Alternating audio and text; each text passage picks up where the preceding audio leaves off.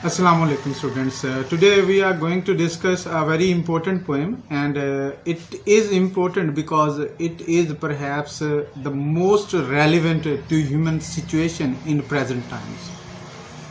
मैं अहम इस नज़म को इसलिए कह रहा हूँ कि ये इस वक्त इंसानी ज़िंदगी से बहुत मुतल्लिक है, यानी ये इंसानी ज़िंदगी को, इंसानी अप्रोच को बहुत अच्छी तरह से एक्सप्लेन करती है। इसलिए मैं इसको रेलिवेंट जो है वो बोल रहा हूँ कि ये पोएम बहुत ज़्यादा रेलिवेंट है हमारी लाइफ के साथ। अगरचे ये पोएम आज से कोई 100 साल पहले लिखी गई, लेकिन इसकी कैनोटेशंस को देखें और अगर इसके मतलब को हम मौजूदा इंसानी सूरत हाल पर भी अप्लाई करें तो ये पोएम पूरी उतरती है।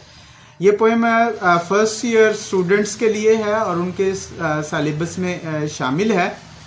चलिए स्टूडेंट्स, से पहले हम इस पोएम को पढ़ लेते हैं, फिर इसमें पैदा होने वाले, इसमें उठाए जाने वाले मुख्तलिफ आइडियाज़ को देखते हैं और देखते हैं कि वो आइडियाज़ किस तरह से हमारी ज़िंदगी से मुतालिक हैं। स्टूडेंट्स, मैं आपको बार बार बताता रहता हूं कि जब भी आप इंग्लिश पढ़ रहे हैं, इसका मकसद ये है कि आपको इंग्लिश बोलनी आ जाए, आपको इंग्लिश समझनी आ जाए और आपको इंग्लिश लिखनी आ जाए। ये मकासद हैं जो आपको इंग्लिश पढ़ाने के ज़रिए जो है, जिनका जो इंग्लिश पढ़ाने से जो मकसूद है, यानी हम ये चाहते हैं कि students can speak English, they can understand English, whether it is in written form, whether it is in spoken form, and finally they can write what they think और व्हाट दे अंडरस्टैंड और what they have to write in correct English which could be understood anywhere in the world। तो आप इसलिए इस English को अच्छी तरह से पढ़ा करें और सेंटेंसेस पर प्रैक्टिस किया करें और स्पोकन पे स्पेशली बहुत ज़्यादा प्रैक्टिस किया करें।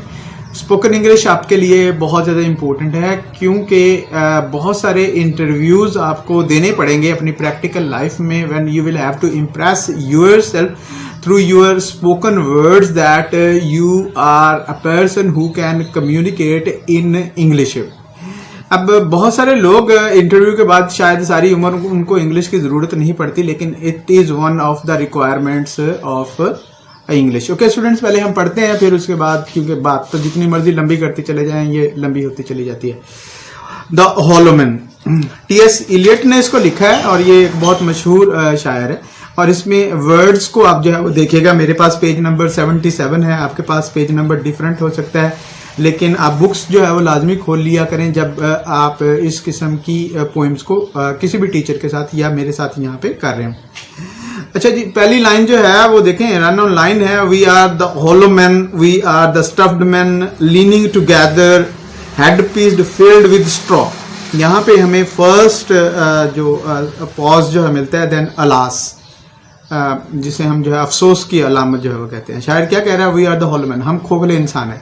खोखले हम किस तरह से हैं वो बताएगा आगे। We are the stuffed man, stuffed हैं यानी भरे हुए हैं, लाइक पपेट्स हैं हम, हमारी अपनी कोई ओरिजिनल सोच नहीं है, हमारा अपने ऊपर जो है वो कंट्रोल नहीं है, हमें कुछ और चीज़ें कंट्रोल करती हैं। जो चीज़ें हमें कंट्रोल करती हैं वो हमारी ख्वाहिशात हो सकती हैं, हमारी मटेरियलिज्म हो सकती है, हमारी सोसाइटी हो सकती है, हमारे इर्द गिर्द के लोग हो सकते हैं। हम इंडिविजुअली इंडिपेंडेंटली अपने जहन से अपने आप को कंट्रोल नहीं करते। लीनिंग टुगेदर, लीन मतलब जो है वो बैंडिंग टुगेदर, हम बैठे होते हैं इकट्ठे, लगते हैं हम ऐसे हैं जैसे हम जो है सोसाइटी हैं।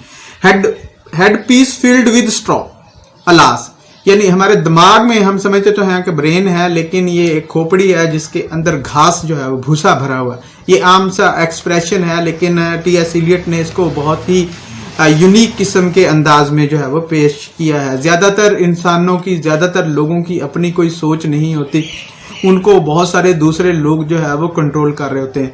वो दुनिया को उसी तरह से देखते हैं जिस तरह से बहुत सारे दूसरे लोग उनको दुनिया दिखाने की कोशिश कर रहे होते हैं। और अफसोस की बात यह है, दुख की बात यह है कि ये जो लोग दुनिया को दिखाने की कोशिश कर रहे होते हैं ये बहुत कम होते हैं।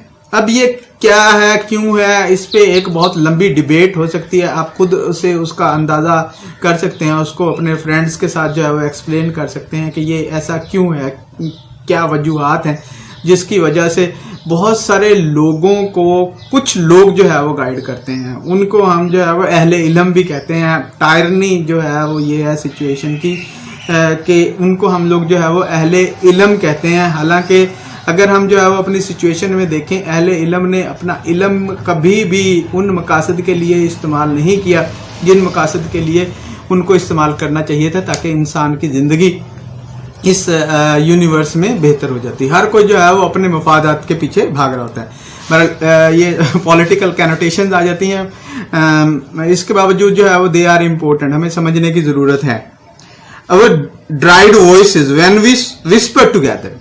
अब ये आवाज़, हम बाज़ हम आवाज़ उठाते हुए नज़र भी आते हैं, आपको बहुत बड़ी बड़ी रैलीज नज़र आती हैं, बहुत बड़े बड़े हजूम नज़र आते हैं, बहुत बड़े जलसे नज़र आते हैं, और वहाँ पे ऐसे लग रहा होता है कि किसी एक आवाज़ मुख्तलिफ लोग जो है वो बातें कर रहे हैं, लेकिन वहाँ पे एक ही बात हो रही होती है, और वो अमूमन उन आम लोगों के मफाद में नहीं होती। बहुत कम होता है कि ये उन आम लोगों के मफाद में हो जो उस हजूम में, उस रैली में शामिल होते हैं। आर क्वाइट एंड मीनिंगलेस, यानी हम खामोश होते हैं, मतलब कुछ नहीं होता, हम बातें कर रहते हैं, डिफरेंट स्लोगन्स हम सारी उम्र जो है वो रेज करते रहते हैं, उनका मतलब कोई नहीं। as wind in dry grass or rat's feet over broken glass in our dry salad। शायर ने यहाँ पे हमारी आवाज़ों के जो मीनिंगफुलनेस है उसको कंपेयर किया है उस मीनिंगफुलनेस से जो चूहे के चलने से या खुशक घास में से हवा के चलने से जो आवाज़ निकलती है उसके साथ। मतलब शायर का यही है, वो ये कहना चाह रहा है कि our words and our slogans and our speech is as meaningless as the wind blowing through the dry grass or the rats walking on the pieces of glass which lie scattered in some cellars of our houses।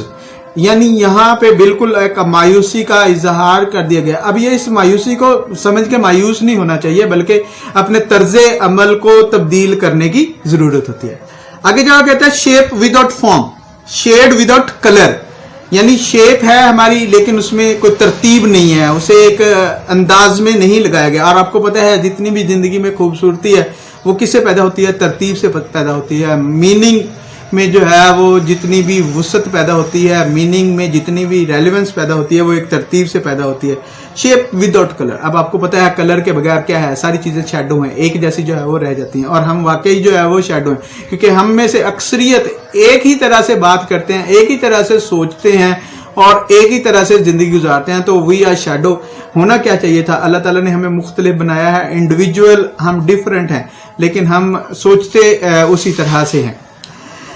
Paralysed force, अब यहाँ पे ये बड़ी बात जो है उसने कह दिया कि पैरालाइज्ड फोर्स है, हम पे फौलज पड़ा हुआ है, ऐसी ताकत है जो मफलूज है, जो कोई काम नहीं कर सकती। आप इसे देख सकते हैं किस तरह से है। दुनिया के मसाइल, अब भी कोविड-19 आ जाने की वजह से दुनिया को क्लियर हो गया कि दुनिया गलत रास्ते पर चल रही थी। ये इतने बड़े जो बड़े हथियार बना रहे थे, इतनी ज्यादा रिसर्च उस किस्म के कामों पर कर रहे थे जिसका इंसान के इमीडिएट फ्यूचर में कोई इम्पैक्ट नहीं है।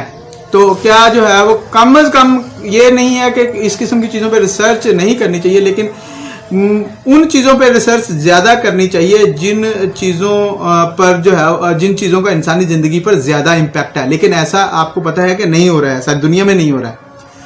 अच्छा, अब ये एक दूसरी किस्म की जो है वो स्टैंजा है, इसको समझने के लिए बहुत ज़्यादा फिलोसफिकल बेंट ऑफ माइंड जो है वो चाहिए, लेकिन मैं कोशिश करता हूँ कि आपको इसको एक्सप्लेन कर दूँ।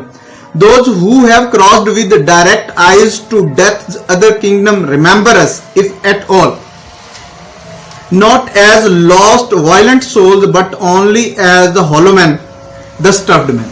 अब शायर कहता है कि जो लोग जो है मर गए हैं उन्होंने जिंदगी की हकीकत को पा लिया है।